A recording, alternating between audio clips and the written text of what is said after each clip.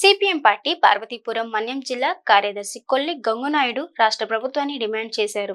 పని చేయించుకోవడానికి కూలి మనుషులు కూడా పొలం పనులకు రాని పరిస్థితి ఉందని, అలాగే ఫ్యాక్టరీ చుట్టుపక్కల భూములు ఉన్న రైతులను కూడా చాలా ఆందోళన చెంది వారి కుటుంబానికి చెందిన వారికి కూడా క్యాన్సర్ వస్తుందంటూ ఈ విషయం రైతులకు మాకు స్వయంగా తెలియజేస్తున్నారు. కాబట్టి ఇలాంటి సందర్భంలో పూర్తిగా ఫ్యాక్టరీని అనుమతులు ఉన్నాయా లేదా, ఎంతవరకు అనుమతులు ఇచ్చారు, ఆ అనుమతులు మించి ఏమైనా పురుగు మందులు తయారు చేస్తున్నారా?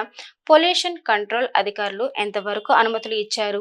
అనుమతికి మించి ఏమైనా ఈ ఫ్యాక్టరీ యాజమాన్యం పురుగుల మందులు తయారీ చేస్తున్నారా అనే విషయాన్ని కూడా పూర్తి స్థాయిలో దర్యాప్తు చేపట్టాలని, అలాగే ఈ ఫ్యాక్టరీ ద్వారా కలుషితమైన నీరు వస్తుందని అభియోగాలు కూడా వస్తున్నాయి అని అన్నారు.